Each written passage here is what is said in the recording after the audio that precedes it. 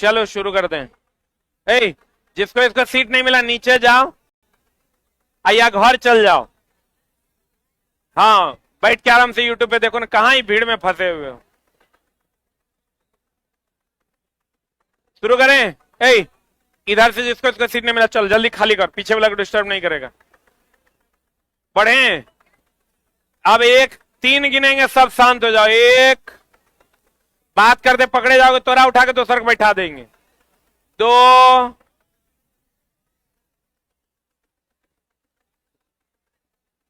अढ़ाई,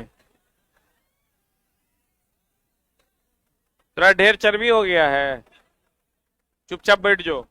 अब फिर देखो मियाज गर्म हो रहा है मेरा। अढ़ाई, आप किसी को बात करते पकड़ लिए, बहुत गलत बात। तीन,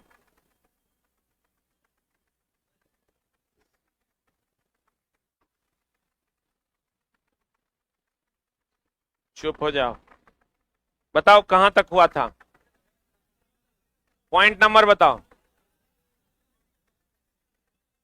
16 तक हुआ था, 17 से पढ़ाना था ना।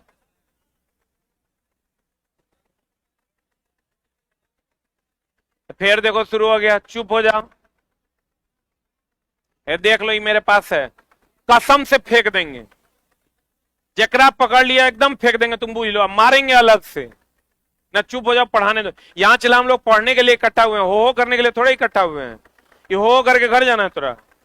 हम चुप रहो। ये इतना भीड़ बताओ, ये अगर कोई माई बाप है जगह एडमिशन नहीं हो है, जे नहीं हो आना था वो चल आता है। अब चला, हमारी कैपेसिटी ही 1600 के आसपास की है यहाँ। अब तुम बैठ जाएगा 3000, आप मटेरियल मांगेगा 5000, तो कहां से देंगे। एकदम चुप हो जाओ। और चला, हमारा मुख्य उद्देश्य यहाँ बैठ के पढ़ाई करना है, हो करना नहीं है, इसलिए चुपचाप बैठो। आ जाते हैं इधर हम लोग। पत्ती का वह भाग जो तने से जुड़ा होता है क्या कहलाता है, पर्णवृत्त। कल यहां तक हम लोग पढ़ लिए थे। पौधों में वाष्पीकरण होता है कि वाष्पोत्सर्जन होता है। पौधों में चला वाष्पोत्सर्जन होता है। अब देखो कहता है, समानांतर विन्यास युक्त पत्ती वाली पौधा का रेशेदार तथा जालिका रूपी विन्यास वाली पत्ती का कौन जड़ होता है, मुसला जड़। तो चला कहता है, समानांतर विन्यास युक्त पत्ती वाला जो पौधा होता है, समानांतर विन्यास, वो रेशेदार जड़ होता है। कैसा जड़ होता है, रेशेदार जड़ होता है जो समानांतर पत्ती वाला होता है। जालिका रूपी विन्यास वाली पत्ती का मुसला जड़ होता है। कौन जड़ होता है, चला मुसला जड़ होता है। मुसला जड़ कहां कहां पाया जाता है बताओ, मूली में कौन जड़ होता है। तो ये चला क्वेश्चन डायरेक्ट पूछा जाता है। कहता धुराग्र संधि गर्दन तथा सिर को जोड़ता है। इस संधि को चला हम लोग कहते हैं कौन संधि, धुराग्र संधि। पूछता है क्वेश्चन, ये तो सब जानता है। चला लिगामेंट पता है ना, टेंडन पता होगा सबको, ये सबको पता होगा। लेकिन चला, ये एनसीईआरटी में कोई संधि दिया हुआ है जिसको हम लोग कहते हैं कौन संधि, धुराग्र संधि। तो ये चला, ये को लड़का है, बैठा नहीं सकता है, तुम लोग उठाइए दिया, उसी पे बैठे रहे। आज साथ करो ना, कोई बात नहीं, जब बैठने दो। एक बच्चा है, उसको यहां से वहां भेज रहा है। धुराग्र संधि जो होता है, चला किसको किसको जोड़ता है, गर्दन को और किसको, सिर को जो जोड़ता है। इस संधि का नाम कौन संधि है, धुराग्र संधि। क्लियर है, कौन संधि है, धुराग्र संधि। अस्थि को गति पर, ई चला, ये फेमस क्वेश्चन है इसका एनसीईआरटी का, कि हम लोग जो चलते हैं वो किस चीज के कारण चल पाते हैं। हम लोग जो मनुष्य जो चलता है, मनुष्य की अगर हम बात करें चला, तो मनुष्य जो चलता है वो आपको एकदम क्लियर शब्दों में कह दें, ये एनसीईआरटी का क्वेश्चन है। मनुष्य जो चलता है, मनुष्य जो चलता है, इसके पीछे का रीजन है बस दो ही चीज। बताओ, हमारा तंत्रिका तंत्र गड़बड़ हो जाएगा, हम चल पाएंगे क्या, नहीं चल पाएंगे, क्योंकि सारी चीजें यहीं से, अग्र से कि पश्च से। तो देखो हम लोग चलते हैं पश्च मस्तिष्क से। किससे चलते हैं, पश्च मस्तिष्क से। और चला, ये आपको पता होगा सबसे कम कोशिका विभाजन कहाँ होता है, तंत्रिका कोशिका में। कहाँ होता है, इसीलिए किसी को भी यहां नहीं मारना चाहिए। अगर यहां मारिएगा तो उसमें कोशिका विभाजन कम होता है, नई कोशिका कम बनता है, इसलिए वो आदमी क्या हो जाएगा, मर जाएगा। और सबसे ज्यादा कोशिका विभाजन होता है यकृत में, लीवर में, यकृत बोले तो लीवर में। तो लीवर अगर आपका खराब भी हो जाएगा तो रीजनरेट तुरंत कर जाएगा। कोशिका विभाजन सबसे ज्यादा किसमें?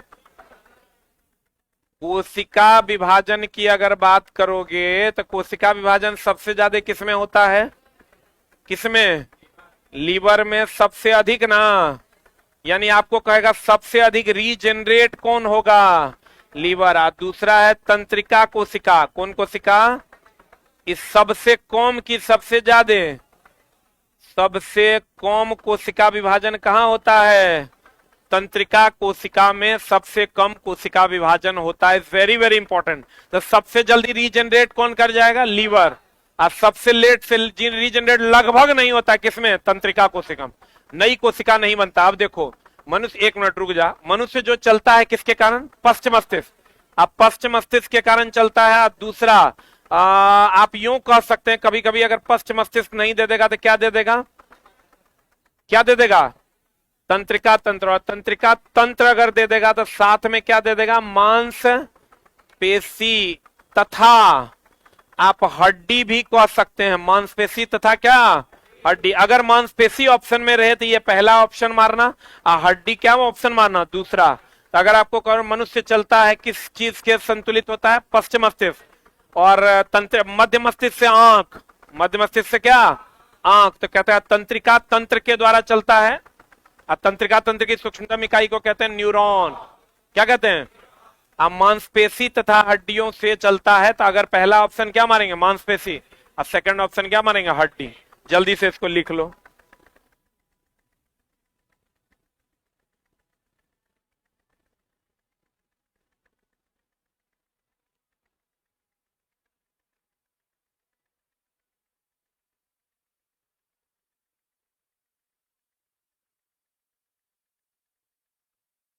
ये वो लड़का लिखता है, कोई बताएगा कि एनसीईआरटी से साइंस पूछेगा कि नॉर्मल साइंस पूछेगा?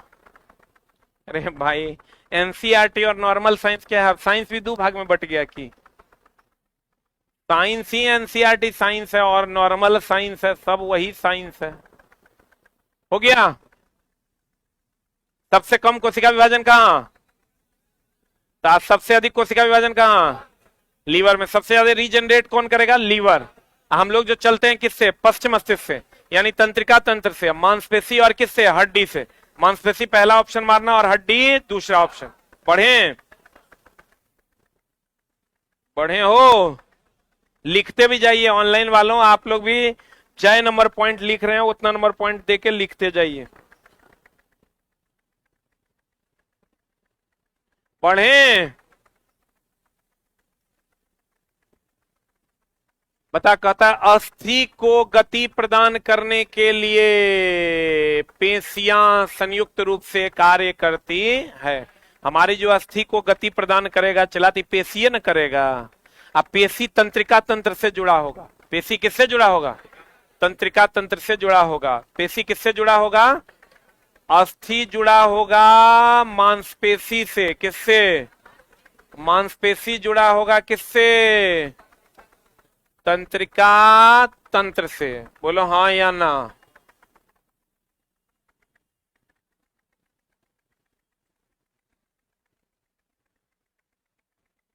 हो गया। अस्थि से मांसपेशी और मांसपेशी से क्या? तंत्रिका तंत्र। अब कह रहा है पक्षी का पंख अग्रपाद के रूपांतरण का रूप है। सही कि गलत? ये देखो, पक्षी का ये हो गया। तुम्हारा क्वेश्चन कभी कभी पूछता है, देखो ये पश्चपाद हो गया। जब भी देखना पंछी उड़ता है ना, पैर को ऐसे पीछे ले लेता है, ऐसे उड़ता है। तो ये जो पंख है इसका, ये अग्रपाद का रूपांतरण है कि पश्च का? अब तो शायद नहीं भूलेगा अगर क्वेश्चन आ जाएगा तो। किसका रूपांतरण है? अग्रपाद। पक्षी का पंख अग्रपाद का रूपांतरण है। कौन पाद का? ये जो पिछला है तो पश्चपाद हो गया। अगला, केचुए के चलने तथा भूमि पर पकड़ बनाने के लिए किसका उपयोग करता है? किसका उपयोग करता है? सूक क्या होता है पता है? रेहड़ा। रेहड़ा जो ये देख रहा है ये, अरे रेहड़ा रेहड़ा नहीं होता है रे, पकड़ पकड़ के चलता है। कभी सांप वाप को चलते हुए देखा है? वो ओकरा टांग थोड़े होता है, वो अपना जो उसका रेहड़ा रेहड़ा उस सूख होता है उसी से वो पकड़ पकड़ के चलता है। क्वेश्चन पूछेगा केचुआ चलने के लिए, जैसे हम लोग कहते हैं घोंघा सितुआ ये सब चलने के लिए अपनी मांसपेशियों का प्रयोग करता है। किसका प्रयोग करता है? वैसे ही केचुआ चलने तथा भूमि पर पकड़ बनाने के लिए किसका उपयोग करता है? सूख का। अगर कह देगा तुमको घोंघा, देखो यहीं पर घोंघा है, तो घोंघा पेशीय पाद की सहायता से चलता है। ये जो घोंघा है देखो, ये पेशीय पाद है, ये मांसपेशियों से चलता है। किससे चलता है? ये जो चलता है, जो रेहड़ा रेहड़ा तुम देख रहे हो ना, ये सूख से चलता है। किससे चलता है? केचुआ जो है वो किससे चलता है? सूख से। किससे चलता है? घोंघा किससे चलता है? पेशियों से चलता है। केचुआ किससे चलता है? सूख से। केचुआ किससे? आई सूख चला। ये छोटा छोटा जो रेहड़ा रेहड़ा इसे इसे देख रहे हैं तुम, ये क्या है? सूख है, सूख से चलता है। घोंघा किससे चलता है? पेशियों से चलता है। कहता है मरुस्थलीय जीवों में। अब चला देखो, मरुस्थल में तुमको क्वेश्चन पूछेगा। मरुस्थल की अगर हम बात करें, मरुस्थलीय जीवों की बात अगर हम करें, तो मरुस्थल में जो जीव होते हैं, चाहे वो कोई भी जीव हो, मरुस्थल में मूत्र जो होता है वो पतला की मोटा? मूत्र होता है चला पतला। मूत्र क्या होता है? पतला। अब हमको ये बताओ, शुष्क होगा कि ठंडा? हाँ, मरुस्थल में है तो ऑब्वियस सी बात है, क्या होगा? शुष्क होगा। बोलो न रे। और कम होगा कि ज्यादा? ऑब्वियस सी बात है, मरुस्थल में है तो क्या हो जाएगा? कम। यही तीन गो क्वेश्चन को घुमा फिरा के पूछता है। मूत्र पतला होगा, शुष्क होगा, और मात्रा क्या होगी? कम होगी। मूत्र पतला होगा, शुष्क होगा, और मात्रा क्या हो जाएगी? कम। मरुस्थल में मूत्र पतला होगा, शुष्क होगा, और मात्रा क्या हो जाएगी? कम। सही ना? अब बताओ चला आंसर क्या हो जाएगा। कहते हैं मरुस्थलीय जीवों में पानी की कमी की वजह मूत्र का क्या होना? पानी चूंकि कम होता है तो मूत्र कैसा हो जाता है? पतला। मल कैसा हो जाता है? शुष्क। मल भी शुष्क। शुष्क मतलब सूखा। सूखा समझ रहे? भेड़ाड़ी बोले रे। तो मूत्र में चला पतलो होता है, शुष्क भी होता है, और मात्रा भी क्या होती है? कम। एनसीईआरटी का ही क्वेश्चन है कि मरुस्थलीय जीवों में क्या हुआ तुमको? अरे बैठो नहीं, यहां बैठाते हैं। इधर किसको खड़ा है उसको दिखा। इधर किसको रे? तोरे कौन है? और खिसक थोड़ा थोड़ा। किसको रे? कहाँ खिसक रहा है? बैग तक सब रख देता है। और थोड़ा किसको जगह बनाओ उसके लिए। बन गया? छोटा मोटा के गया। तो इस पे किसको? इस पे किसको? इस पे पतला पतला।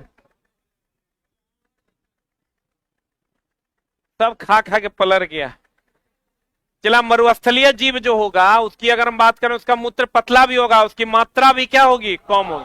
ऐसे भी चला यार, तुम ध्यान से समझो, तो मरुस्थल में है, पानी मिलता नहीं है, तो मूत्र पतला होवे ना करेगा। अब मूत्र पतला होगा तो इन्हें समझ लेना, फिर ठंडी जहां होगा वहां मूत्र मोटे मोट निकलेगा। ऐसा नहीं है, सिर्फ ये मरुस्थल के लिए ही लागू होता है। मछलियों का शरीर चिकन सल्क से ढका होता है, चिकने सल्क से ढका होता है। देखो ये अच्छा, मछली चला लाता छिलता है, तो छिलता है तो ऊपरी सतह जो होता है उसी को सल्क कहते हैं। क्या कहते हैं उसको? तो चला क्वेश्चन पूछेगा, मछलियों का शरीर किससे ढका हुआ होता है? सल्क से। चिकने सल्क से। कैसे सल्क से? अरे वो जो छिलका होता है ना, उसी को हम लोग क्या कहते हैं? सल्क कहते हैं। क्या कहते हैं उसको? छिलका। अरे पगला, उसको सल्क कहते हैं। अब देखो चला, आप क्वेश्चन आपको देगा, मरुस्थलीय पौधा जो होता है, नॉर्मली हम लोग कहते हैं प्रकाश संश्लेषण सबसे अधिक कहेगा पत्तियों में। कहां चला? प्रकाश संश्लेषण अगर तुमको कह देगा तो प्रकाश संश्लेषण बता तो दिन में कि रात में? रात में ना। लेकिन अगर श्वसन कह देगा तो दिन और रात दोनों में। ये ध्यान रखना चला, अगर श्वसन कह देगा पादप में तो दिन में भी एंड रात में भी। दिन में भी किसमें चला? रात में भी। प्रकाश संश्लेषण केवल किसमें? प्रकाश संश्लेषण किसमें? केवल दिन में होता है, जबकि श्वसन दिन और रात दोनों में होता है। बताओ सबसे अधिक प्रकाश संश्लेषण किसमें होता है? सबसे अधिक अगर कह देगा तो किसमें होता है? चला पत्ती में। किसमें होता है? लेकिन अगर कह देगा मरुस्थल में सबसे अधिक, मरुस्थल में सबसे अधिक, मरुस्थल में सबसे अधिक, मरुस्थल में सबसे अधिक कह देगा तो किसमें? तना में। जल्दी से लिख लो, 1 मिनट होल्ड ऑन। चला प्रकाश संश्लेषण घिना घिना के हर एग्जाम में पूछता है, इसलिए बढ़िया समझ लो। श्वसन दिन में कि रात में कि दोनों में? श्वसन दिन में भी और भर रात सांस में लेगा, बचेगा रे। लेकिन प्रकाश संश्लेषण सूर्य के प्रकाश की उपस्थिति में होता है, तो सूर्य के प्रकाश की उपस्थिति में तो केवल किसमें होगा? दिन में। सबसे अधिक कहां होगा? पत्ती में। लेकिन मरुस्थलीय में सबसे अधिक कहां होगा? तना में। जल्दी लिख।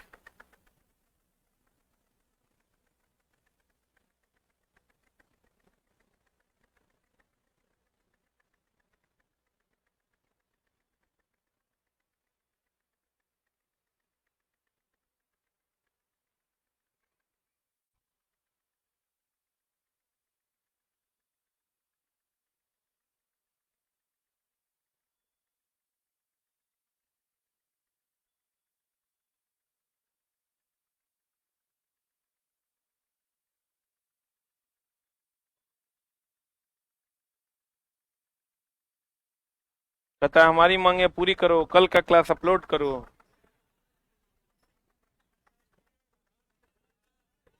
है बात चुप। अब देखो चला क्या कर रहा है। मरुस्थलीय पौधों में प्रकाश संश्लेषण सामान्यतः किसमें होता है? कहां होता है? तने न है रे कि पत्ती है? क्लियर है ना? अब कहता है चला केचुआ त्वचा से सांस लेता है। किससे सांस लेता है? अब बता मछली किससे सांस लेता है? गिल से। बोलो रे। अच्छा बता त्वचा से और कौन सांस लेता है? मेढक और मगरमच्छ। कौन? चोंक। ये किससे सांस लेता है? त्वचा से। केचुआ सांस लेता है किससे? त्वचा से। मछली सांस लेती है किससे? गिल से। ये ऑलरेडी तुम जानता होगा। अगले में केचुआ किस चीज से चलता है? सूख से। किससे चलता है? सूख से चलता है। मछलियों के ऊपर जो परत होता है वो किसका होता है? कहता है युद्ध में धुएं का पर्दा के रूप में PH3 फॉस्फीन का उपयोग किया जाता है। युद्ध में विषैला गैस अगर कह देगा चला तो मस्टर्ड गैस। युद्ध में अगर कह देगा विषैला गैस, युद्ध में विषैला गैस अगर कह देगा तो कौन गैस हो जाएगा?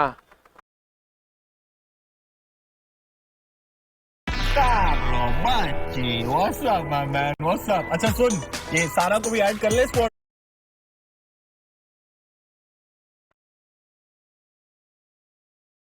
फॉस्फीन का, PH3 फॉस्फीन का बना होता है। युद्ध में विषैला गैस अगर कहेगा तो कौन सा?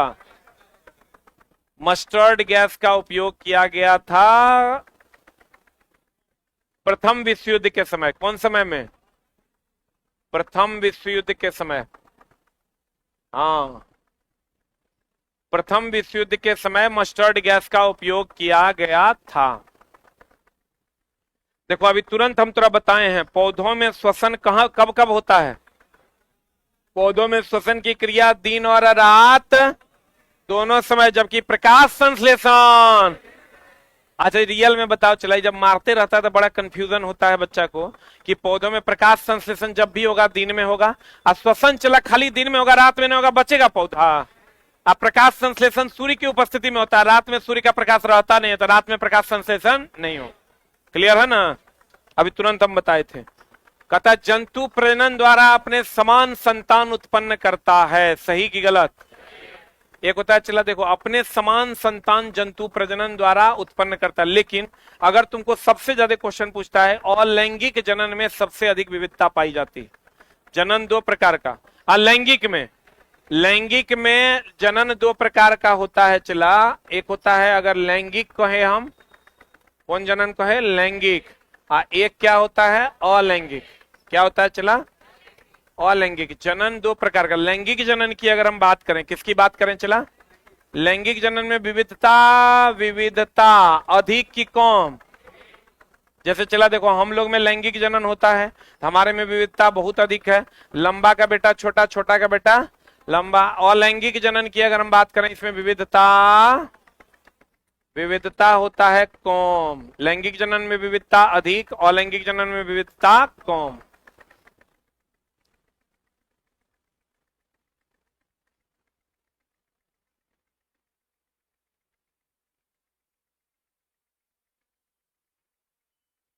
चला, एगो लड़का लिखता है कि बैच में बीच बीच में ऐड क्यों आता है। अरे ऐड हम थोड़े लगाते हैं, लाइव में ऐड यूट्यूब लगाता है। बहुत जल्दी रुको ना, अब यूट्यूब चलागा, ऐसा ना हो कोनो दिन कह देगा कि हम एक वीडियो का 10 टका लेंगे। बहुत जल्द हो जाएगा। गूगल की सारी पॉलिसी चेंज हो रही है। गूगल अब जितने भी सर्विस दे रहे हैं लोग, जैसे हम लोग से गूगल पहले 1 रुपया नहीं लेता था, अब गूगल 30 रुपया लेगा 1 अप्रैल से। यानी 1000 के कोर्स पे 300 टका लेगा सबसे। 1000 के कोर्स पे 300 टका, पहले 1 टका नहीं लेता था। अभी भी है, अभी यूट्यूब हो सकता है कोनो दिन अनाउंस हो जाएगा। यूट्यूब अब भारत सरकार को चला, इस पर ध्यान देना चाहिए और एक नया प्लेटफॉर्म तैयार करना चाहिए। तो अब मोदियो जी जो है यूट्यूब पे पढ़ा रहे हैं, मतलब यूट्यूब पे आ रहे हैं, उनको ये ध्यान में रखना चाहिए कि नया चैनल कैसे बनेगा। नया यूट्यूब तो बन ही सकता है, वो कोई आदमी बनाया है, नहीं बनाया है। वैसे देखो अभी बहुत सारा रिसर्च पे पैसा इस बार 1 लाख कितना न कितना करोड़ तरोड़ आया है। हो सकता है ओकरे में से कोई बना दे कुछ, लेकिन चला बनाना पड़ेगा। अभी देखो चाइना वगैरह में ये सब नहीं ना है, हम लोग यूज करते हैं। हम लोग यूज करते हैं तो एक दिन अभी बता दो यूट्यूब कह दे कि हम इतना पैसा लेंगे, क्या कर लेगा? देना पड़ेगा या छोड़ना पड़ेगा? दुएगुन उपाय है। नेक्स्ट कोई दूसरा प्लेटफॉर्म अवेलेबल नहीं है। तो कहते हैं सबसे पहले हाथों से लंबाई मापने की प्रक्रिया की शुरुआत कहां हुई थी? मिस्र में। जो हम लोग कहते हैं ना, चला अभी हम लोग कहते हैं 4 हाथ 5 हाथ लंबा, 9.5 हाथ के लग्गी, सुना है? छोटकी लग्गी बड़की लग्गी। ये जो होता है, चला हाथ से नापने की प्रक्रिया सर्वप्रथम कहां शुरू हुई थी? मिस्र में। कहां शुरू हुई थी? मिस्र में। हाथ से नापने के चला मिस्र में ही केमिस्ट्री की भी खोज कहां हुई थी? अगर तुमको कह देगा कैमी नाम की मिट्टी की खोज कहां हुई थी? कैमी मिट्टी की खोज जो है, कैमी मिट्टी की खोज लिख लो, कहां हुई थी? मिस्र में हुई थी। और इसी से रसायन शास्त्र की भी खोज पहली बार कहां हुई थी? रसायन शास्त्र की खोज जो है वो कहां हुई थी? चला मिस्र में। आप सबसे पहली हाथों से लंबाई मापने की प्रक्रिया की शुरुआत कहां हुई थी? मिस्र में। कैमी नाम की मिट्टी की खोज। कैमी का रंग कैसा था? क्वेश्चन पूछेगा कैमी का रंग कैसा? काला। कहेगा क्यों? पूछेगा क्योंकि चला कैमिया नाम की मिट्टी से केमिस्ट्री की खोज हुई थी, इसलिए हो सकता है पूछ दे कि कैमी नाम की मिट्टी की कैसा होता था? काला। और इसी से रसायन शास्त्र की खोज हुई थी। हम लोग कहते हैं रसायन शास्त्र की खोज कहां हुई थी? मिस्र में। रसायन शास्त्र की खोज कहां हुई थी? मिस्र में हुई थी।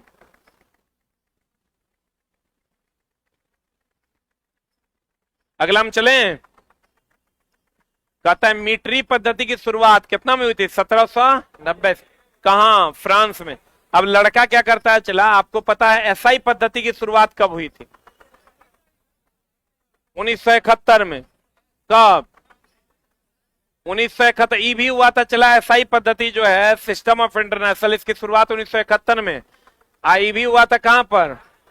फ्रांस की राजधानी पेरिस में। आपको एकदम याद होगा ये। लेकिन चला मामला तब फंसता है जब यहां क्वेश्चन एसआई पद्धति की बात नहीं करता है, मीटरी पद्धति। मीटरी पद्धति कहते हैं एमकेएस को। किसको कहते हैं? मीटरी पद्धति कहते हैं एमकेएस को। तो अगर कह देगा तुमको मीटरी पद्धति की खोज, तुम मारेगा एसआई पद्धति खोज 1971, तो उतना एग्जाम हॉल में नहीं पता चलेगा कि एसआई कह रहा है कि मीटरी कह रहा है। एसआई का मतलब सिस्टम ऑफ इंटरनेशनल हुआ, अब मीटरी पद्धति का मतलब क्या हुआ? एमकेएस। एमकेएस पद्धति का खोज कितना में हुआ था? 1790 में। एसआई पद्धति का खोज कितना में? 1971 में। बुझा रहा है? जे मारेगा सब में 1971 ने मार देना, लपटा जाओगे। मीटरी पद्धति बोले तो एमकेएस, और एसआई पद्धति बोले तो सिस्टम ऑफ इंटरनेशनल। इसकी खोज कहां हुई थी? 1971 में। कहां हुआ था? फ्रांस की राजधानी पेरिस में, मापतौल विभाग के अंतरराष्ट्रीय सम्मेलन। कुछ किताब में ये 1963 दिया हुआ है, लेकिन जब एचसी वर्मा वगैरह पढ़िएगा तो उसमें 1971 दिया हुआ है। आंसर होगा 1971। सही है। अगला और है एक, हाँ देखो, घड़ी के सेकंड की सुई को कौन गति कहते हैं? अब वर्तुली गति जो होता है, वर्तुली गति मतलब होता है चला रोटेशनल मोशन। कौन मोशन? अब ये वर्तुली गति या इसी को हम लोग चला आवर्ती गति भी कहते हैं। इंग्लिश में अगर कहिएगा तो इसको हम लोग पीरियोडिक मोशन कहते हैं। कौन मोशन कहते हैं? पीरियोडिक मोशन कहते हैं। कौन मोशन कहते हैं? चला कहते हैं घड़ी के सेकंड की सुई वर्तुल गति या आवर्ती गति या पीरियोडिक मोशन इसी को कहते हैं। कल लेकिन शब्द उल्टा दे देगा तो फिर आप बना नहीं पाइएगा। जल्दी से लिख लीजिए, लिख लिए?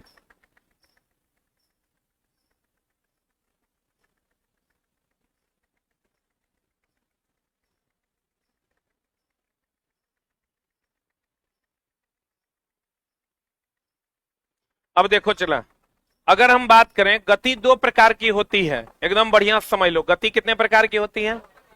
एक होती है चला आवर्ती गति। कौन गति? और एक होती है मेरी जान दोलनी गति। कौन गति? एक आवर्ती गति और दूसरा कौन गति? दोलनी गति। आवर्ती गति की अगर हम बात करें, जहां से चलेगा वहीं पहुंचेगा। इसका डिफिनेशन है जहां से चला या यूं कहें कि बार बार निश्चित समय अंतराल में दोहराने वाली गति, समझना चला गति। आई दोलनी गति की अगर बात करोगे तो ये दोलन जो होता है वो दोलनी गति है। एक और एग्जाम्पल, रुक जा तब समझ लिखना चला। एग्जाम्पल अगर एक बात करोगे तो घड़ी का सुई, घड़ी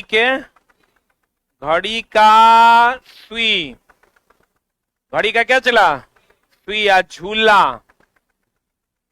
इसका एग्जाम्पल की अगर बात करोगे तो इसमें होगा खाली झूला। रुक जा, रुक न रे। झूला में दोलनी गति है, तो जो दोलन करेगा वो कौन गति? दोलनी गति।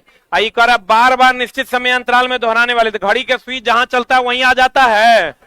अब तो झूला भी तो वही करता है, बोले वे नहीं करेगा। इसका मतलब तुम गौर से देखो, जो दोलनी गति है वो आवर्ती गति है कि नहीं है? लेकिन जो आवर्ती गति है वो दोलनी गति नहीं है। बोलो हाँ।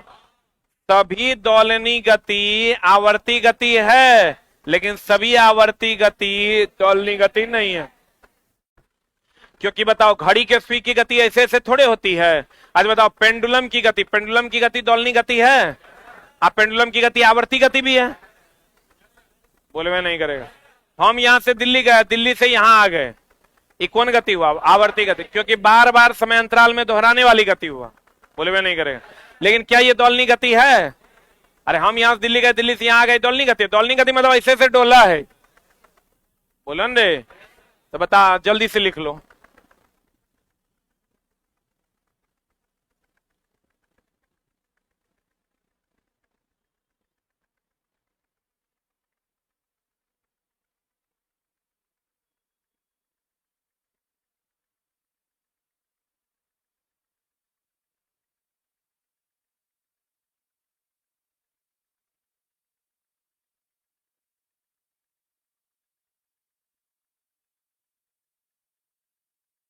हो गया?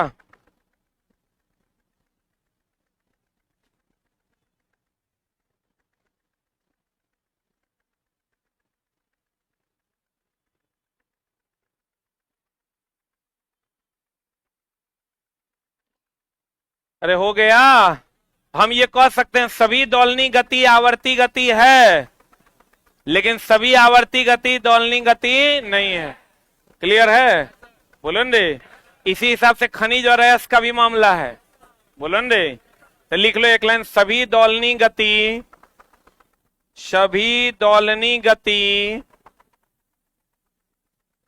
आवर्ती गति है। सभी दोलनी गति आवर्ती गति है, लेकिन सभी आवर्ती गति सभी आवर्ती गति दौलनी गति है कि नहीं है? नहीं है ना? नहीं है। फिर से बोल दें क्या? सभी दौलनी आवर्ती गति दौलनी गति है? नहीं, सभी दौलनी गति आवर्ती गति है, लेकिन सभी आवर्ती गति दौलनी गति है कि नहीं है? नहीं है। Is that clear? अब चला बताओ, सभी खनिज अयस्क नहीं है, लेकिन सभी अयस्क खनिज हैं। ये पता है ना?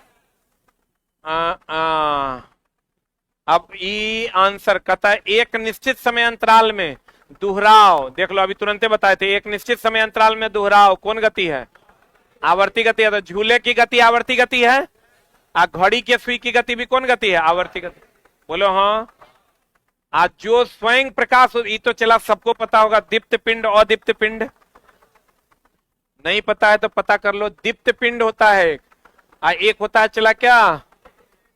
अदीप्त पिंड। तो बता, दीप्त पिंड जो होगा जिसका खुद का प्रकाश होगा, खुद का प्रकाश हो। अदीप्त पिंड जिसका खुद का प्रकाश ना हो। खुद का प्रकाश हो कि ना हो? खुद का प्रकाश ना हो। अब एक एग्जांपल बता, क्या हो जाएगा? What is the example? सूर्य। एक एग्जांपल हो जाएगा, जो पूछता है वो है चंद्रमा और क्या? जुगनू। अरे रुक यार, जुगनू इधर आ जाएगा। हाँ हाँ हाँ हाँ, जुगनू। बल्ब बताओ तो। बल्ब या ट्यूबलाइट जो है, ये दीप्त है कि अदीप्त है? अच्छा एक बात बताओ, रुक न रे। रोड पर लगा रेडियम खुद का प्रकाश होता है, हम प्रकाश देते हैं तब चमकता है। रेडियम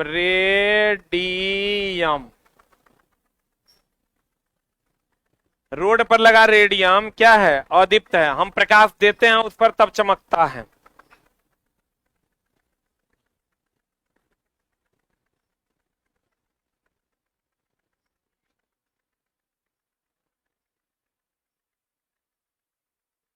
हो गया?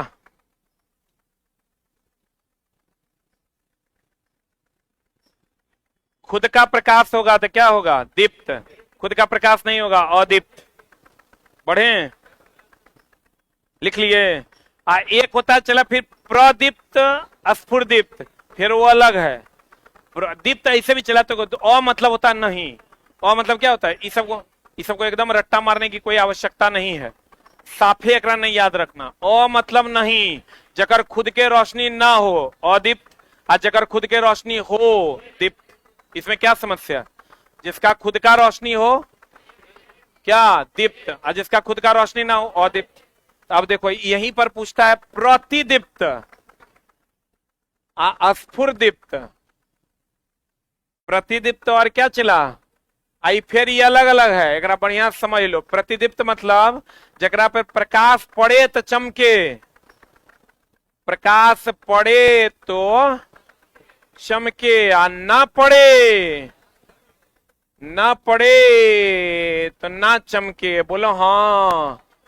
स्फुरदीप्त पड़े, समझ लो पहले तब लिखना। पड़े तो अवशोषित करे, पड़े तो अवशोषित करे, ना पड़े तो चमके। बोलो हाँ या ना? बोलो रे हाँ या ना?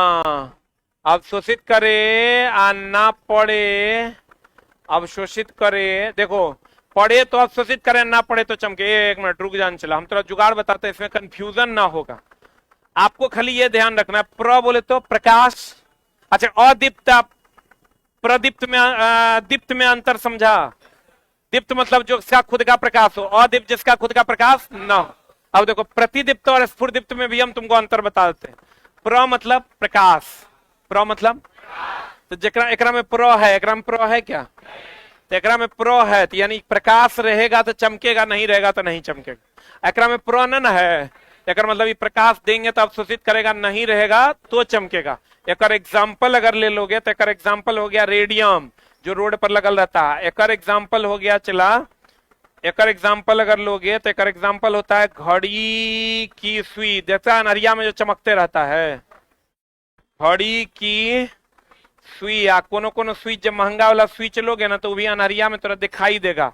क्यों? क्योंकि जब इंजोर रहता है तो उसको अवशोषित करता है, और जब प्रकाश नहीं रहता तो क्या करता है? चमकता है। अरे रुक न रे, अरे रुक न रे, एकदम चलाई। वहां कंफ्यूजन वाला जब क्वेश्चन आएगा ना तो गड़बड़ा देगा। प्रो मतलब प्रकाश, यानी प्रकाश रहेगा तो चमकेगा, नहीं रहेगा तो नहीं चमकेगा। स्फुरदीप्त हो गया तो प्रकाश रहेगा तो अवशोषित करेगा, और नहीं रहेगा तो चमकेगा। अब दीप्त और अदीप्त के बारे में हम आपको बोले, दीप्त मतलब जिसका खुद का प्रकाश हो, अदीप्त मतलब जिसका खुद का प्रकाश ना हो। बोलो हाँ, आज जल्दी से लिख लो।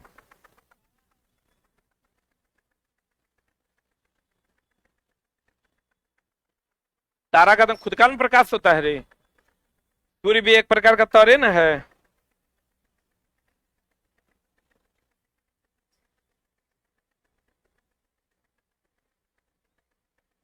टेक्नीशियन वाली क्लास जिन लोगों ने ली है, बहुत जल्द आपको कल नोटिफिकेशन मिल जाएगा कि कौन दिन से स्टार्ट हो जाएगा। एक दो दिन में स्टार्ट हो जाएगा।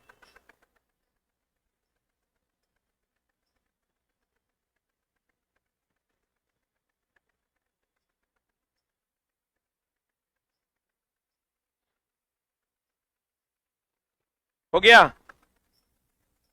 अरे हुआ। प्रतिदीप्त मतलब प्रकाश रहेगा तो चमकेगा, आप प्रकाश नहीं रहेगा तो नहीं चमकेगा। क्लियर है? अगला प्रश्न कहता है, जल्दी आ जाओ हेने। पिन होल कैमरा, ये चला क्वेश्चन है एनसीईआरटी का, ये मेरा क्वेश्चन नहीं है। पिन होल कैमरा जानते हो? ये पिन होल कैमरा पहले यूज होता था, अब नहीं। पिन होल कैमरा में बना छवि वास्तविक उल्टा एवं पार्स होता। पार्स मतलब लेफ्ट का राइट और राइट का लेफ्ट। पिन होल कैमरा पहले यूज होता था। ये पिन होल है ना, इसमें चला फोटोग्राफी किया जाता था, तो इसमें जो प्रतिबिंब बनता है वो बनता है वास्तविक। अवास्तविक तो हमेशा उल्टा ही बनता है। बोलन रे, ये चला मेरा लाइन नहीं है, ये किसका लाइन है? एनसीईआरटी का क्वेश्चन है, एग्जाम्पलर का। आप मिला भी होगा, कितने लोग देखे हैं ये क्वेश्चन? हाथ खड़ा करो तो। कितने लोग देखे हैं? बाकी लोग एनसीईआरटी पढ़ते नहीं है इसलिए नहीं देखते हैं। देखो बहुत लोग देखा भी है, ये क्वेश्चन हम पढ़ाए भी हैं कि पिन होल कैमरा से बना छवि वास्तविक उल्टा एवं पार्श्व होता है। पार्श्व मतलब उल्टा, उल्टा नहीं, कैसा वाला उल्टा? लेफ्ट का राइट और राइट का लेफ्ट। एगो हमेशा ध्यान रखना चला, दुए जगह पार्श्व उल्टा बनता है। एगो पिन होल कैमरा में, एगो पिन होल कैमरा में पार्श्व उल्टा बनता है, एगो समतल दर्पण में। किसमें? समतल दर्पण में। दुए जगह पार्श्व उल्टा बनता है। और ये हमेशा ध्यान रखना, काल्पनिक हमेशा सीधा की उल्टा? सीधा। वास्तविक कैसा? वास्तविक कैसा? उल्टा।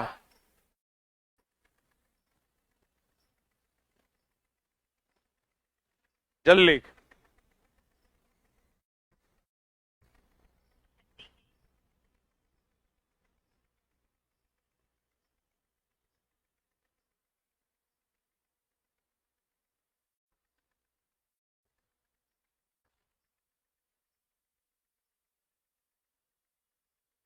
हो गया?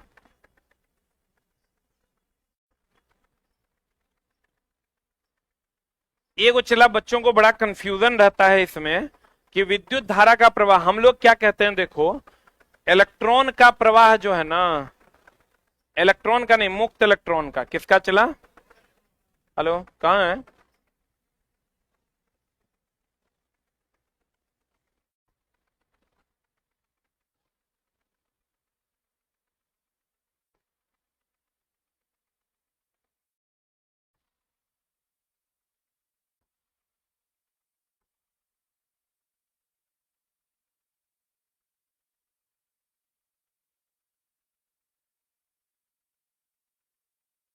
एक मिनट चलो, बाबूजी 4-5 बार फोन कर दिए। अब देखो, मुक्त इलेक्ट्रॉन का प्रवाह जो है वो विद्युत धारा है। बोलो हाँ। ये तो हम लोग पढ़ते हैं ना चला कि मुक्त इलेक्ट्रॉन का प्रवाह विद्युत धारा है। बोलो हाँ, इसका मतलब जिधर इलेक्ट्रॉन बहेगा उधर धारा होना चाहिए, लेकिन ऐसा नहीं है। ये हमेशा ध्यान रखना कि धारा का प्रवाह जो होता है वो पॉजिटिव टू निगेटिव होता है, लेकिन अगर इलेक्ट्रॉन का प्रवाह कह देगा ना चला ये निगेटिव टू पॉजिटिव होता है। एक मिनट होल्ड ऑन, क्वेश्चन पूछता है लड़का, आप हमेशा देखे होंगे कि कोई बैटरी ले लेते हैं हम लोग, ऐसे करके दिखाते हैं, तब धारा का प्रवाह हमेशा ई प्लस की माइनस, आप प्लस से माइनस ऐसे दिखाते हैं, धारा का प्रवाह ऐसे ना दिखाते हैं हो।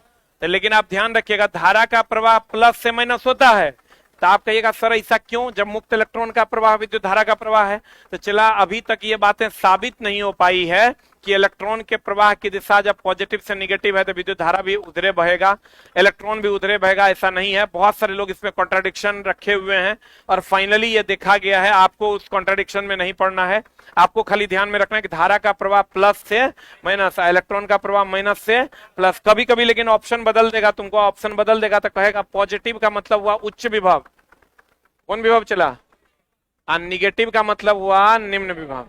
निगेटिव का मतलब क्या हो गया, निम्न विभव। पॉजिटिव का मतलब उच्च विभव और निगेटिव का मतलब हो गया निम्न विभव। एक मिनट होल्ड डाउन।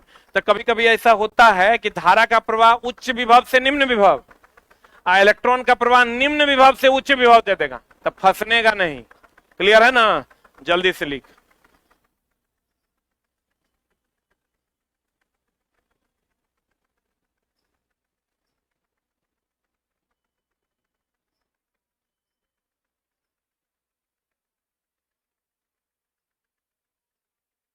सुन रहा है ना, हाँ।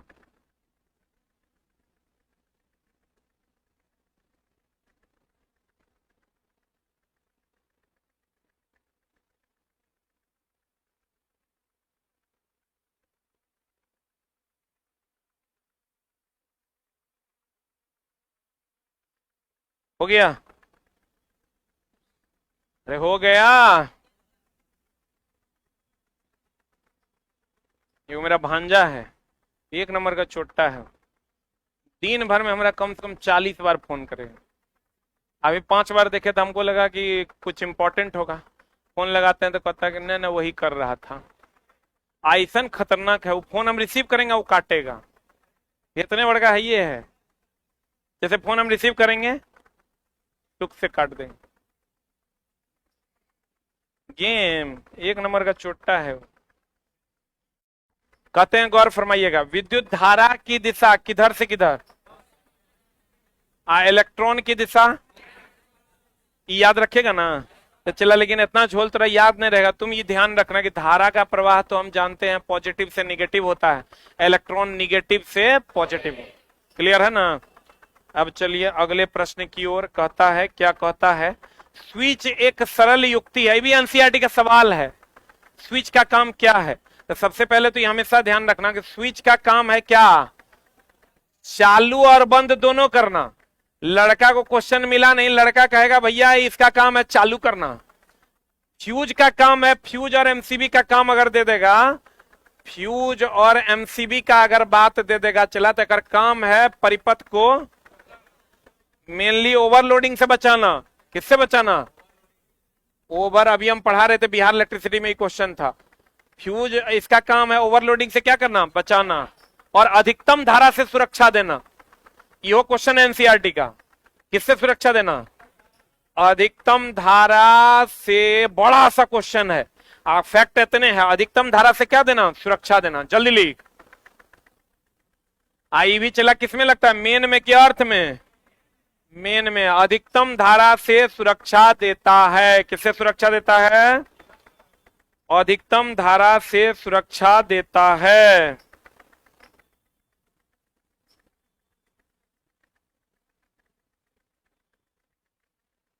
जो बच्चे आज पहली बार जुड़े हैं, अभी हम एक पीडीएफ पढ़ा रहे हैं, 6:15 से 20 मिनट में लाइव आते हैं। वो पीडीएफ टेलीग्राम पे भी डाला हुआ है, यूट्यूब कम्युनिटी में भी देखिएगा।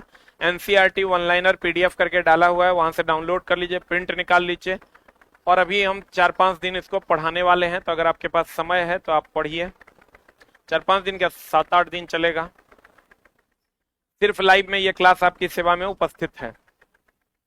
अब बताओ चला, चालू भी करता है और क्या करता है, बंद भी करता है। मेन में लगाते हैं कि अर्थ में, किसमें लगाते हैं? फ्यूज को जब भी लगाएंगे किसमें लगाएंगे? मेन में। किसमें लगाएंगे? मेन में फ्यूज को लगाया जाता है। सही की गलत? स्विच को किसमें लगाते हैं? मेन में। चालू भी करता है और क्या करता है? बंद भी करता है। और लेकिन चला फ्यूज और एमसीबी की बात करें तो ये अधिकतम धारा से क्या देता है? सुरक्षा। यह भी किसमें लगता है? मेन में। आई ओवरलोडिंग से क्या करता है? बचाता है। और ये कहेगा किस प्रभाव पर काम करता है, तो कहेंगे ऊष्मीय प्रभाव। कौन प्रभाव पर काम करता है? ये ऊष्मीय प्रभाव पर काम करता है। किस पर काम करता है? चला, ऊष्मीय प्रभाव पर काम करता है। स्विच चालू भी करता है और क्या करता है? बंद भी करता है। शॉर्ट सर्किट कभी कभी चला क्या करता है ना, फ्यूज में और एमसीबी में ओवरलोडिंग भी देता है, शॉर्ट सर्किट भी देता है। दोनों आंसर होगा, शॉर्ट सर्किट और ओवरलोडिंग दोनों। यहां ऑब्लिक करके लिख लीजिए आप, शॉर्ट सर्किट। शॉर्ट सर्किट या ओवरलोडिंग से क्या करता है? बचाता है। कहता स्विच एक सरल युक्ति है जिसका उपयोग परिपथ को चालू या बंद करने में किया जाता है। अब कहता चला फिलामेंट, क्या कहता है? फिलामेंट टंगस्टन धातु के पतले तार का प्रयोग किया जाता है। सही की गलत? लेकिन चला यहां पर वो क्वेश्चन तुमको पूछेगा कि अगर समानांतर क्रम में हम लोग लगाते हैं, समानांतर क्रम में, घर में किस क्रम में लगाते हैं?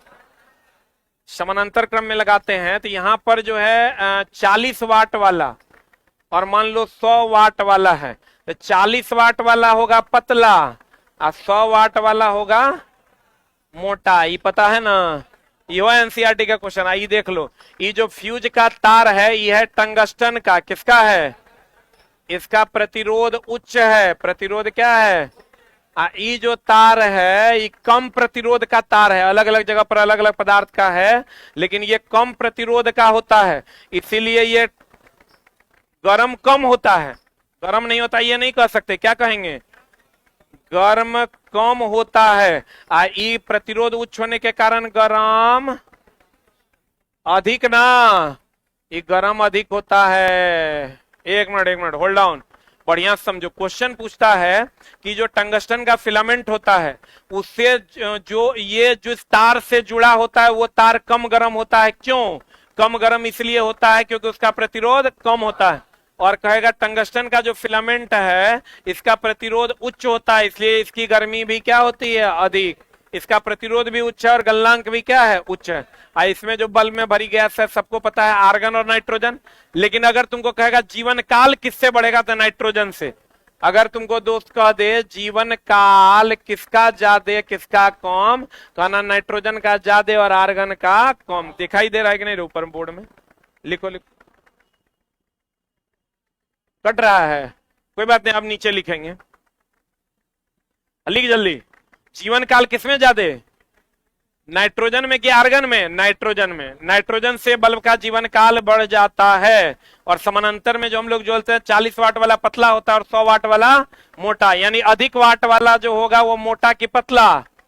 ऐसे भी चला, घर में जो हम लोग यूज करते हैं ज्यादा वाट वाला होकर फिलामेंट मोटा रहता है कि पतला? क्या रहता है?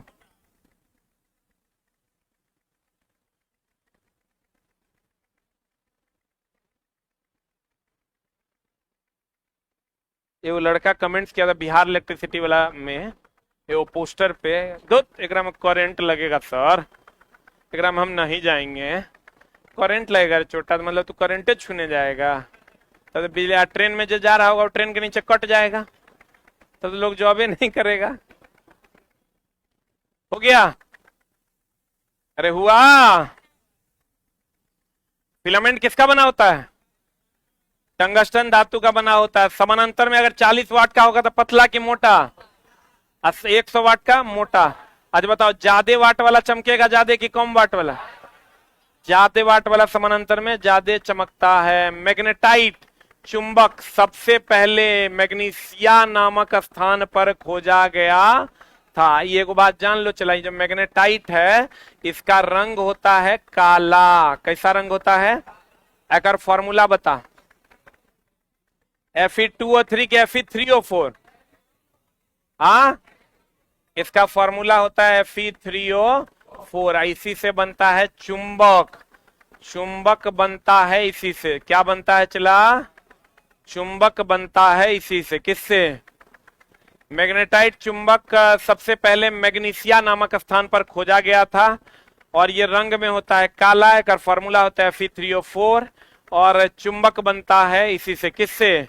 मैग्नेटाइट से। इसीलिए देखना चुंबक का रंग कैसा होता है? काला, क्योंकि वो बना किससे होता है? मैग्नेटाइट से।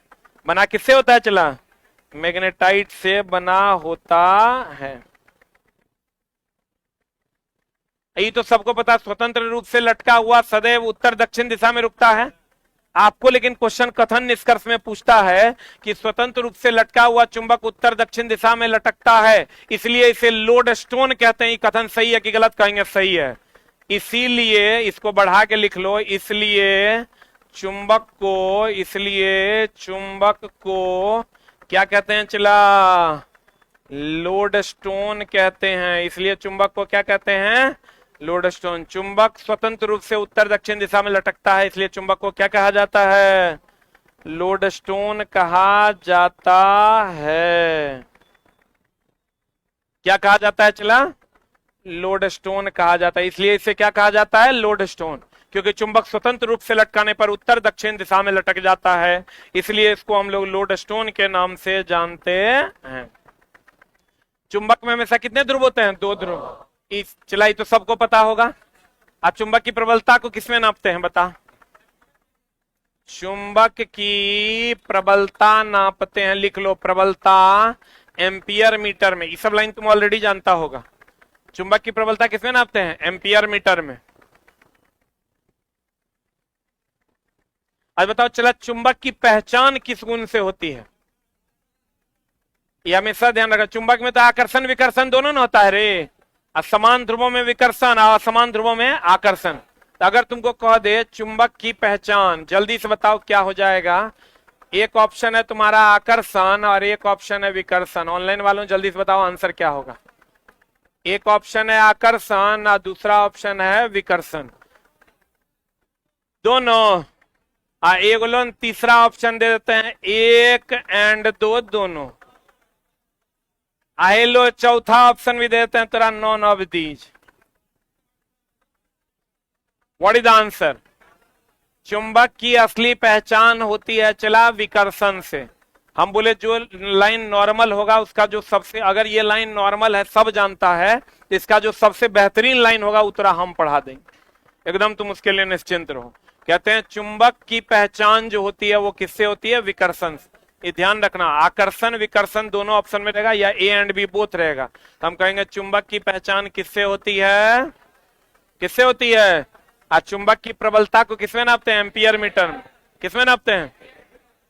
ये वो एनसीईआरटी में क्वेश्चन है चला कि वो एक दो कार ले लिया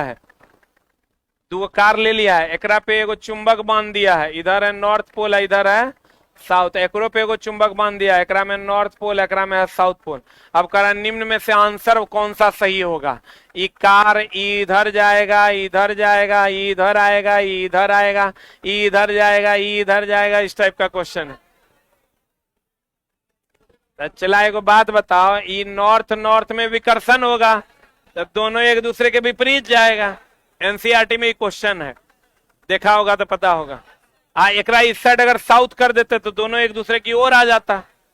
बुझा रहा है?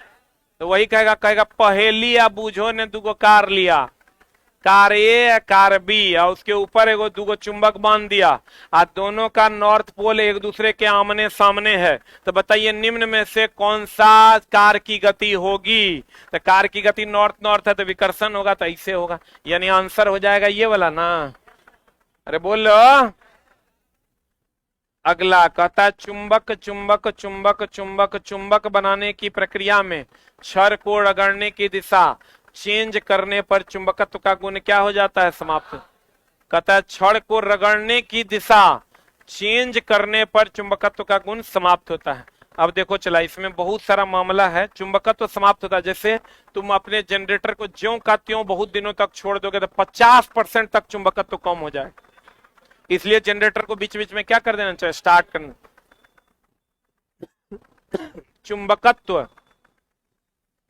चुंबकत्व कम होता है कैसे? चुंबकत्व जो कम होता है चला वो कैसे? पहला, गरम करने पर भी चुंबकत्व कम होता है, रगड़ने पर भी चुंबकत्व कम होता है। किसमें चला? रगड़ने पर, गरम करने पर, अधिक समय तक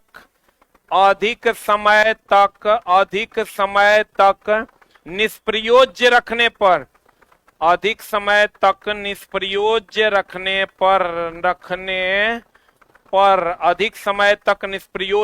पर, निष्प्रयोज्य मतलब छोड़ देने पर भी दक्षता घट जाती है। अधिक समय तक निष्प्रयोज्य रखने पर दक्षता घट जाती है।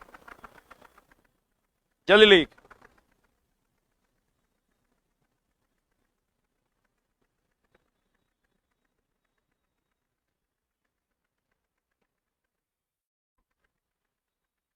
अधिक समय तक यही 3 कंडीशन है जिसमें चुंबकत्व का मान घट जाता है।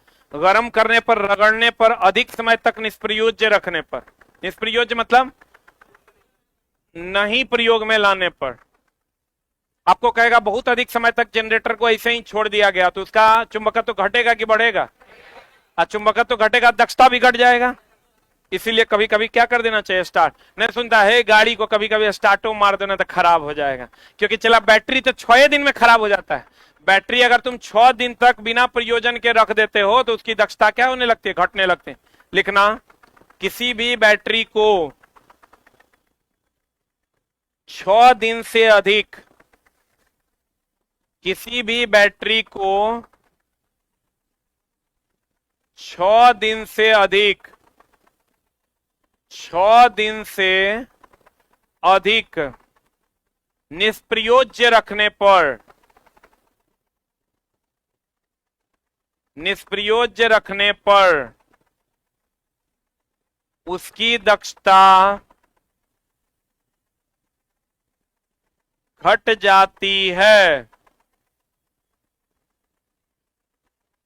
उसकी दक्षता क्या हो जाती है? चला घट जाती है। इसीलिए कभी कभी इसका प्रयोग कर लेना चाहिए। क्लियर है? बैटरी को कितने दिनों तक निष्प्रयोज्य रखेगा, दक्षता घट जाएगी? 6 दिनों तक। क्लियर है ना? जो लाइन चला तुमको लगेगा नॉर्मल है ना, उससे रिलेटेड हम जो सबसे बढ़िया लाइन होगा उतना पढ़ा देंगे। अब आंसर बता दो क्या हो जाएगा? कहता चुंबक बनाने की प्रक्रिया में छड़ को रगड़ने की दिशा चेंज करने पर चुंबकत्व का गुण क्या हो जाता है? समाप्त हो जाता है। चुंबक को गरम हथौड़े से चोट मारने, ऊंचाई से गिराने पर चुंबकत्व क्या हो जाता है? समाप्त हो जाता है। लेकिन चला ये वाला जो ऑप्शन है ना, ये कहीं कहीं नहीं माना जाता है।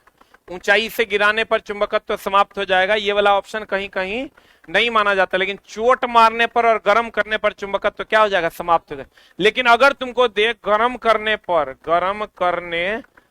पर एक ऑप्शन दे दे तुमको, बताओ तो क्या मारोगे इसका आंसर? चुंबकत्व, चुंबकत्व, चुंबकत्व, चुंबकत्व समाप्त। दूसरा देगा चुंबकत्व कम हो जाएगा। बताओ क्या होगा आंसर? जबकि एनसीईआरटी में डायरेक्ट लाइन लिखा हुआ है कि चुंबकत्व क्या हो जाएगा? समाप्त हो जाएगा। लेकिन चला अगर तुमको दोनों ऑप्शन में दे, क्योंकि एग्जैक्ट 0 नहीं होगा चुंबकत्व में, हर पदार्थ में कुछ ना कुछ चुंबकत्व का गुण होता है। जब चला हम लोग लकड़ी को ऐसे प्लास्टिक को रगड़ लेते हैं तो ऐसे ऐसे मैग्नेटिज्म आ जाता है, नहीं आता है? ऐसे ऐसे रगड़ लेते हैं तो मैग्नेटिज्म आता है कि नहीं आता है? बोलवे नहीं करेगा। तो चला कर मतलब चुंबकत्व तो एग्जैक्ट 0 नहीं हो सकता है, या समाप्त हो जाएगा और 0 दोनों देगा। बताइए कि कम हो जाएगा, क्या मारिएगा आंसर? क्या मारिएगा answer? The right answer is calm. जल्दी से लिख लो।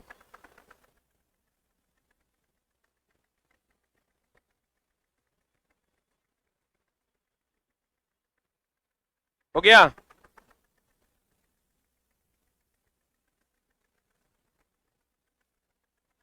अरे हुआ? जल्दी लिख। हुआ? जल्दी लिख। मैग्नेटाइट एक प्राकृतिक चुंबक है। मैग्नेटाइट क्या है चला? क्योंकि चला ये एक अयस्क है लोहा का। ये जो मैग्नेटाइट आप देख रहे हो, ये लोहा का क्या है? लोहा का क्या है? अयस्क। अच्छा, कृत्रिम चुंबक हम लोग बनाते हैं, जैसे छड़ चुंबक। ये जो चला ये छड़ चुंबक है, ये जो हम लोग बनाते हैं छड़ चुंबक, ये कृत्रिम चुंबक है। ये कृत्रिम चुंबक है, क्षण चुंबक। प्राकृतिक चुंबक होता है चला यही, इसमें बहुत सारी अशुद्धियां होती है। कृत्रिम चुंबक एक निश्चित आकार में होता है, इसकी दक्षता भी अधिक होती है, और कृत्रिम चुंबक हेमेटाइट से ही बनाया जाता, मैग्नेटाइट से ही बनाया जाता है, लेकिन यह शुद्ध होता है। अब प्राकृतिक चुंबक ये पत्थर के रूप में लोहे का अयस्क मैग्नेटाइट जो होता है उसमें यह गुण पाया जाता है कि वह किसी को क्या कर सके, आकर्षित कर सके। क्या कर सके? आकर्षित या विकर्षित कर सके, इसलिए मैग्नेटाइट को हम लोग प्राकृतिक चुंबक कहते हैं। लेकिन आपको कहेगा बताइए, चुंबक, कृत्रिम चुंबक की दक्षता ज्यादा की प्राकृतिक की? कृत्रिम की दक्षता ज्यादा। और एक होता है चला अस्थाई और एक होता है अस्थाई, आपको भी शायद पता होगा। चुंबक का वो प्रकार तो कम पूछा जाता है, लेकिन अस्थाई और अस्थाई खूब पूछा जाता है। अस्थाई चुंबक और एक होता है चला अस्थाई चुंबक।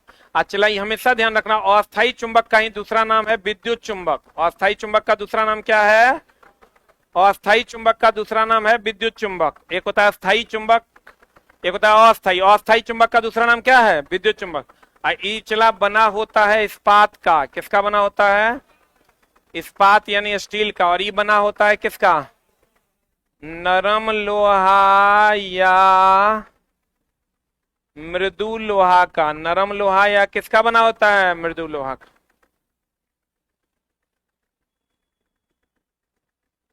अस्थाई चुंबक किसका बना होता है? इस्पात का। किसका बना होता है? और अस्थाई चुंबक किसका बना होता है? नरम लोहा या मृदु लोहा का। नरम लोहा या किसका?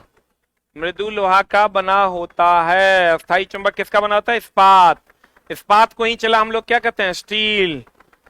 इस्पात को ही क्या कहते हैं? स्टील। लिख लिए? कभी कभी नरम लोहा भी ऑप्शन में देता है, कभी कभी मृदु लोहा भी ऑप्शन में देता है। दोनों में से जे दे देगा ओकरा मार देना।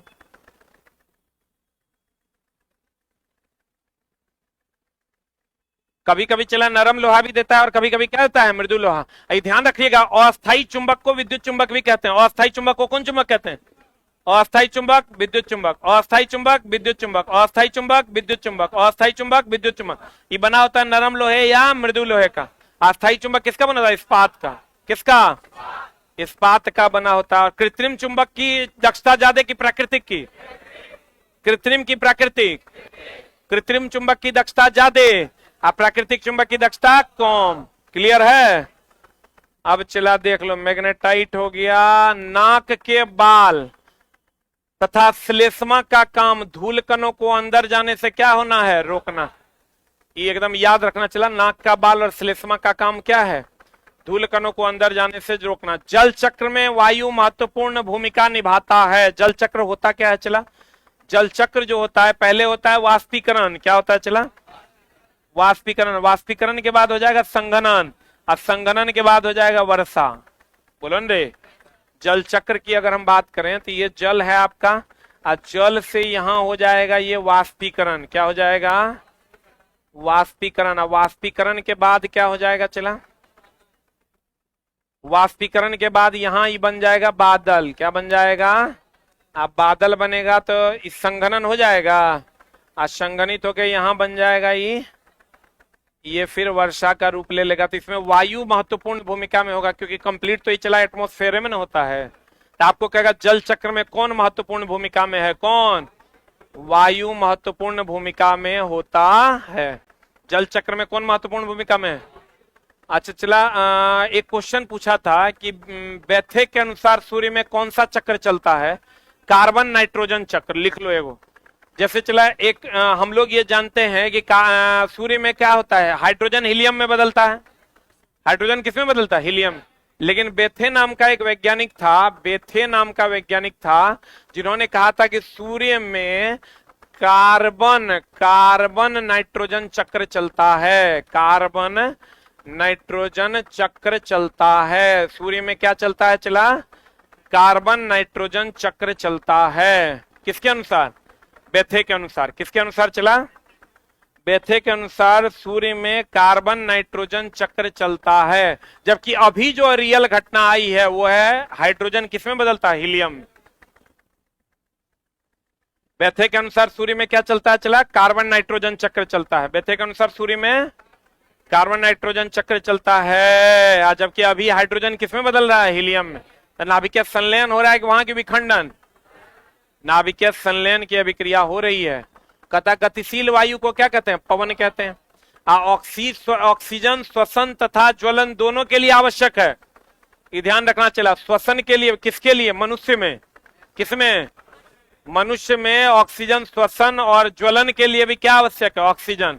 चला ये ध्यान रखना कि ऑक्सीजन ईंधन नहीं है, एकमात्र ऐसा गैस है चला जो ईंधन नहीं है। लेकिन इस जलने के लिए किसकी जरूरत है? ईंधन की, ऑक्सीजन की। अच्छा बताओ, जलने के लिए मिनिमम कितने चीजों का होना अनिवार्य है? 3। ये भी क्वेश्चन है एनसीईआरटी में। जलने के लिए मिनिमम 3 चीजों का होना अनिवार्य है। एगो ईंधन,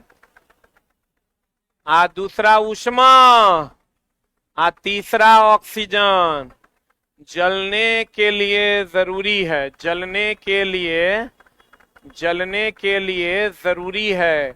इसमें से एको चीज हटा लोगे तो आग बुझ जाएगा। आग बुझाने के लिए ये बताओ, ईंधन हटा लेंगे जलेगा आग? ऊष्मा हटा लेंगे जलेगा? ऑक्सीजन हटा लेंगे जलेगा? जल्दी। जलने के लिए जरूरी है ईंधन, ऑक्सीजन और कौन? ऊष्मा।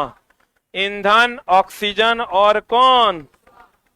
अरे ऑनलाइन वालों, आपको पीडीएफ मिल जाएगा। यूट्यूब के कम्युनिटी में जाइए, यूट्यूब के कम्युनिटी में जाइएगा तो आपको वहां पर एनसीईआरटी वन लाइनर पीडीएफ मिल जाएगा।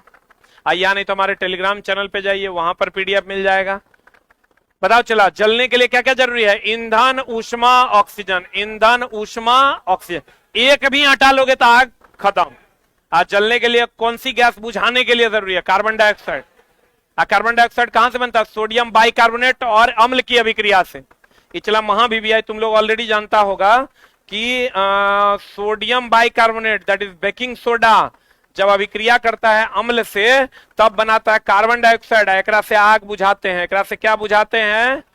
एकरा से आग बुझाते हैं। क्या बुझाते हैं?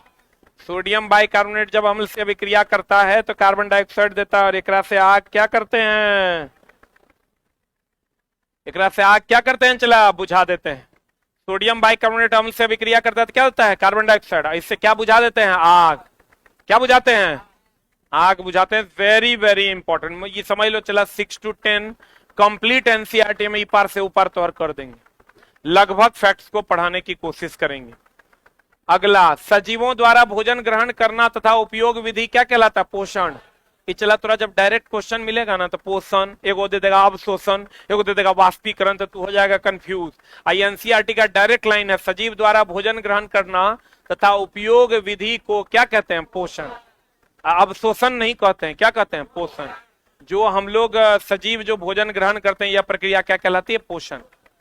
पत्तियों का, पौधों का खाद्य, पत्तियों को पौधों का क्या कहते हैं? खाद्य फैक्ट्री। पत्तियों में कौन सा तत्व पाया जाता है? मैग्नीशियम ना। खाद्य फैक्ट्री पत्तियों का, पत्तियों को पौधों का क्या कहते हैं? खाद्य फैक्ट्री। हम बोले थे कि अभी तुरंत कि सबसे ज्यादा प्रकाश संश्लेषण किसमें होता है? पौधे में। पौधे में, पत्तियों में। पत्तियों में ही ना चला प्रकाश संश्लेषण का उत्पादक कार्बोहाइड्रेट जमा, ग्लूकोज जमा होता है। बोलवे नहीं करेगा। इसीलिए तो पत्ती सबसे ज्यादा प्रकाश संश्लेषण एकरे में होता है, इसीलिए तो इसको खाद्य फैक्ट्री के नाम से जाना जाता है। क्लियर है? बोलो रे। हमारे यहाँ जो भोजन का उत्पादन हमारे शरीर में होता है कोशिका में, माइटोकॉन्ड्रिया में। किसमें होता है? माइटोकॉन्ड्रिया में किसका निर्माण होता है? एटीपी का, एडिनोसाइन ट्राइफॉस्फेट का। क्लियर है? तो आज की कार्रवाई यहीं तक रखते हैं। आज की कार्रवाई यहीं तक, फिर मिलेंगे कल 6:15। 1 minute, hold down hold down. जिसको जीरोक्स नहीं मिला है कल मिल जाएगा। कल फिर मिलेंगे 6:15 में लाइव इसी चैनल पर। और इसका पीडीएफ फिर हम आपको बता दें, यूट्यूब कम्युनिटी में धीरे धीरे आप लोग निकलिए। यूट्यूब कम्युनिटी में लगा दिया, डाल दिया गया है। आप वहां से ले लीजिए, हमारे टेलीग्राम चैनल से ले लीजिए, जहां से दिल करता है वहां से ले लीजिए। आपको